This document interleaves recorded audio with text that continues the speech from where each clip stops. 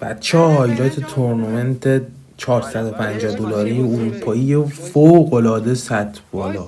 یعنی هر چقدر از سطح بالا بودن این تورنمنت بگم براتون کمه. هر تیمی که فکر کنیم بود، حتی تیم ابوالگزینه هم بود بچه‌ها. این تورنمنت فوق العاده سطحش بالا بود. یه حدود 1.5 دقیقه هایلایت از آخر تورنمنت زون آخرشه. ویدیو واقعا ارزش نگاه کردن رو داره. یه تک به 3 خفن با شاتگان زدم، واقعا ارزش حمایت کردن رو داره. از من این تک بسه خیلی تک بسه خفنی بود. تا آخر نگاه کنید. عشق من یه لایک و ساب بزنید برای مدازایی که خیلی به حمایتتون احتیاج دارم. عشق من یا هم همین دیگه گفتم بریم این زیرو بگیریم، اینجا رو بگیریم.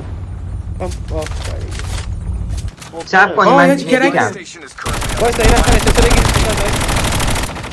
دوستان بذار من میرم زیر پاشم. صبر کن. اسمو کردن رو اوه کرک ها. وایسا هدگیریشه این فکر کرد نک، نک، نمیتونم نک. زیرشی ها. برو وایسا دو تا علی باور مادرت پاییدم. بودا بینم بابا. ماشاءالله فینیش بچه‌ها، فینیش نداشتن. جی خانزاده.